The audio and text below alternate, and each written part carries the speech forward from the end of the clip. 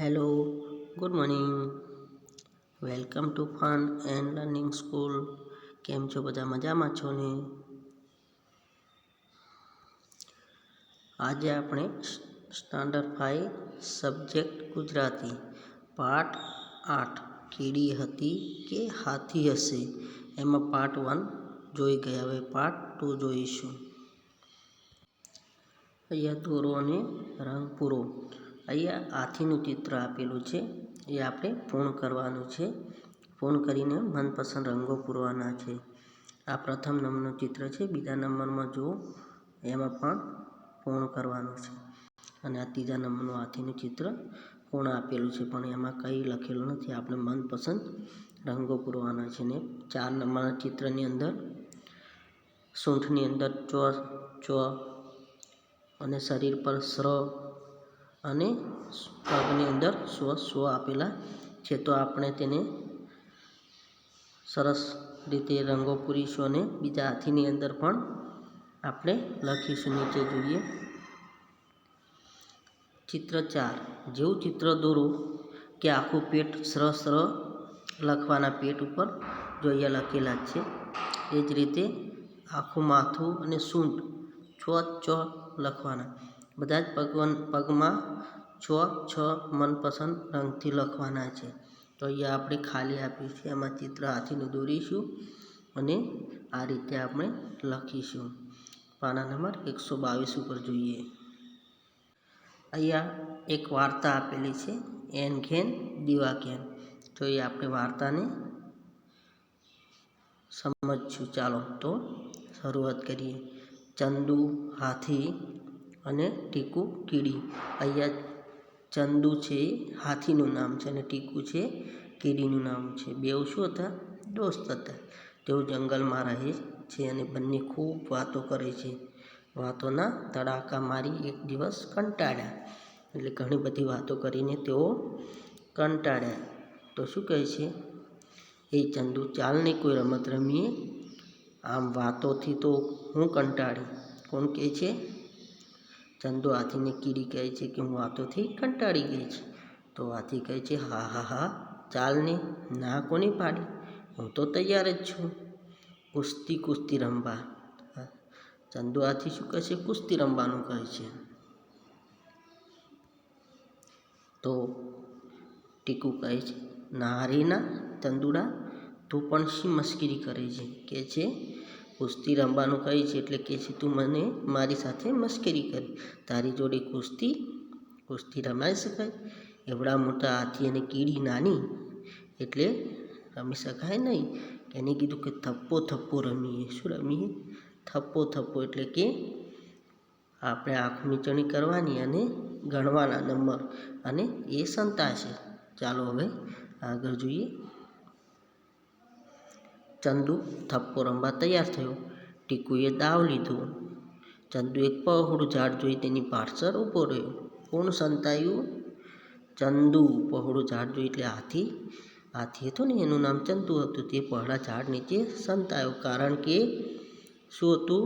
ભારે શરીરે હતો, એટલે તે મોટા ઝાડ પાસે સંતાયો. એન ઘેન દીવા ઘેન. ચંદુ સંતાઈ ગયો. મારી આંખો બંધ છે. 1 2 3 આવો, કે 8 9 10 એ ચંદુડા હું શોધવા આવું. આમ કીડી બોલે છે. તો કે છે, હે તું તો ચંદુ સાવ ભોળો રહ્યો, તને તો સંતાતાય નથી આવડતું. શું કહે છે?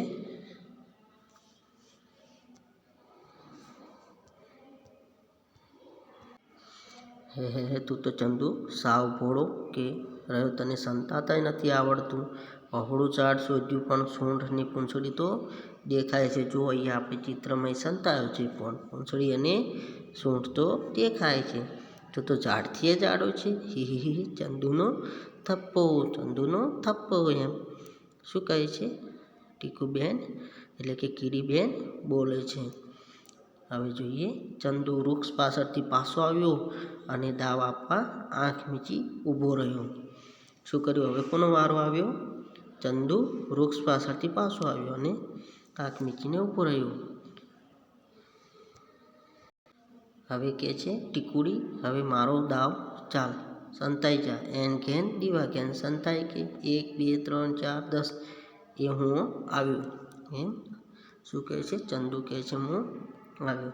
ટીકુ ઝાડના પાન નીચે સંતાઈ ગઈ. ચંદુએ આંખો ખોલી આજુ જોયું, બાજુ જોયું, આગળ જોયું, પાછળ જોયું, ઉપર જોયું, આમ દોડ્યો તેમ દોડ્યો, પણ ટીકુ દેખાય જ નહીં. ને થાકીને આંફવા લાગ્યો. તેની સૂંઠમાંથી શું શું કરતો પવન ફૂંકાયો. તેથી બધા પાંદડા ઉડી ગયા અને કીડીવાળું પાંદડું એ ઉડ્યું. શું કર્યું? હાથી તો ઘણું બધું શોધ્યું કીડીબેનને, પણ તે મળ્યા નહીં. ટીકુબેન મળ્યા નહીં એટલે શું કર્યું? થાકીને ઝાડ નીચે બેઠો અને એને શ્વાસ લીધો ને, પવન ફૂંકાયો જોર જોરથી, તો બધાય પાંદડા ઉડી ગયા.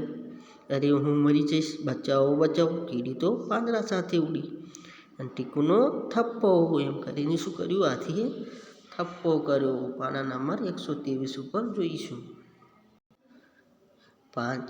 એકવાર ચંદુ હાર્યો, એકવાર ટીકુ હારી. થોડું પાણી પીને ફરી રમવા લાગ્યા. ચંદુએ બુદ્ધિ વાપરી મોટા મોટા ગોળ પથ્થરો વચ્ચે પૂંછ મોં કાન સંકોરી બેસી ગયું, જાણે કોઈ પથ્થરો જ જોઈ લ્યો. શું કર્યું? ચંદુએ તો બીજા વખતે એક પથ્થરની વચ્ચે સંતાઈ ગયો. એન ઘેન ચંદુ સંતાઈ ગયો કે હું આંખો ખોલું, હવે બરાબર સંતાજો હો, પૂંછડી પણ દેખાવી ન જોઈએ. એ કરીને શોધવા નીકળ્યા. ટીકુએ આંખો ખોલી બધે ચંદુને શોધ્યો, પણ ચંદુ તો શું, એની પૂંછડી દેખાતી ન હતી. ટીકુએ તો એક મહસ મોટા પથરા પર ચડીને પણ જોયું, પણ ચંદુ હાથી કેમ ન મળે. થાકીને તે પથ્થર પરથી નીચે ઉતરી. આવડો મોટો ચંદુ સંતાયો ક્યાં હશે? દેખાતો કેમ નથી? ટીકુ શોધે છે પણ મળતી નથી. 7. ટીકુ જે પથ્થર પર ચઢેલી તે પથ્થર ઉપર ઊભો થયો. ટીકુ જે પથ્થર ઉપર ચડી હતી ને એ જ પથ્થર ઊભો થયો. અરે એ તો ચંદુ હતો. તે જોર જોરથી બૂમો પાડવા માંડ્યા, હું જીતી ગયો, હું જીતી ગયો. ટીકુ અક્કલ વાપરી તે પગ પર થઈને ચંદુના કાન પાછળ સંતાઈ ગઈ. ચંદુની ચામડી જાડી અને ખબર પણ ન પડે. ચંદુએ આંખો ખોલી ટીકુને ખૂબ શોધી. હવે શું કર્યું? એક વખત ચંદુ જીતી ગયો ને, તો હવે એનો બીજો દાવ આવ્યો. એમાં ટીકુબેન સંતાયા અને એ હાથીના કાન પાછળ સંતાયા. તો તે પણ હવે જીતી જશે. જો આ ઝાડની ઉપર જોયું, નીચે જોયું, ડાળીઓમાં જોયું, પાંદડામાં જોયું, આંખો ઝીણી કરીને જોયું, ટીકુડી તો દેખાતી જ નથી. હું તો હાર્યો, તું જીતી. ટીકુભાઈ બહાર આવ. હવે એકવાર તું જીતી, એકવાર હું જીત્યો. ટીકુડી કહે છે એકવાર તું જીત્યો ને એકવાર હું જીત્યો. એકવાર હું હારી, એકવાર તું હાર્યો. ચંદુડા, હું જીતી ગયા રહી હું તારા કાનની પાછળ. તને તો ખબર પણ નથી કે હું તારા પર ચઢીને સંતાઈશું, તારા શરીર પર ચઢાઈને સંતાઈ. હી કરીને હસવા લાગી. હવે પાના નંબર 124 ઉપર જોઈશું. 10મો પ્રશ્ન. એ તો ઠીક છે પણ ઝાડ રમ્યા હોત તો હું જીતી જાત. શું કહે છે? એ તો ઠીક છે પણ ઝાડ રમ્યા હોત તો હું જીતી જાત. સૌથી મોટું ઝાડ પાડી આપે તે જીતે. હા હા હી કરી. એમ તો આપણે દર રમ્યા હોત તો હું પણ જીતી જાત. જે નાનામાં નાના દરમાં ઘૂસી શકે છે એ જીતે. હી હા. તો કહે છે કે ઝાડ રમ્યા હોત તો હું જીતો, ચંદુ કહે છે. અને ટીકુ કહે છે કે દર રમ્યા હોત તો હું જીતો.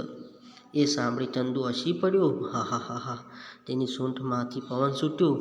આજુબાજુની જમીન સ્વચ્છ થઈ ગઈ અને ટીકુબેન તો ઉડ્યા.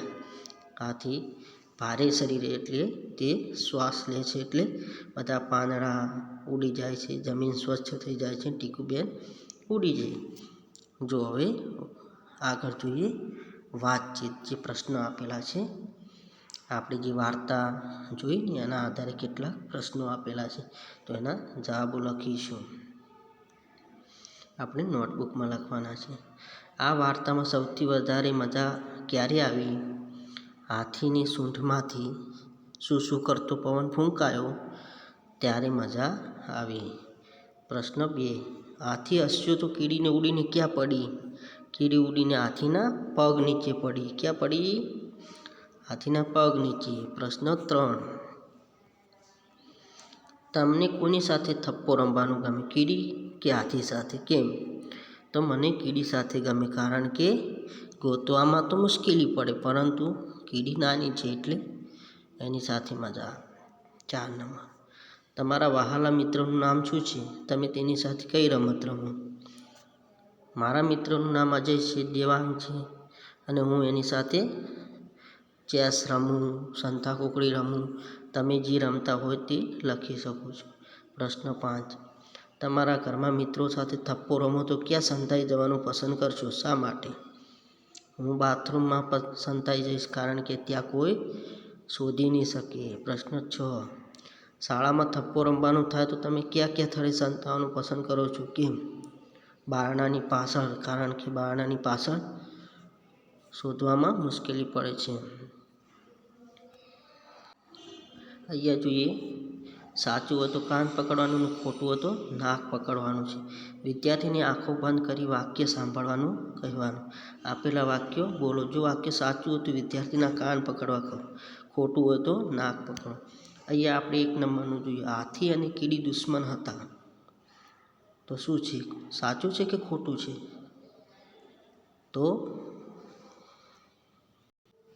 તો વાક્ય ખોટું છે. તો આપણે શું કરીશું?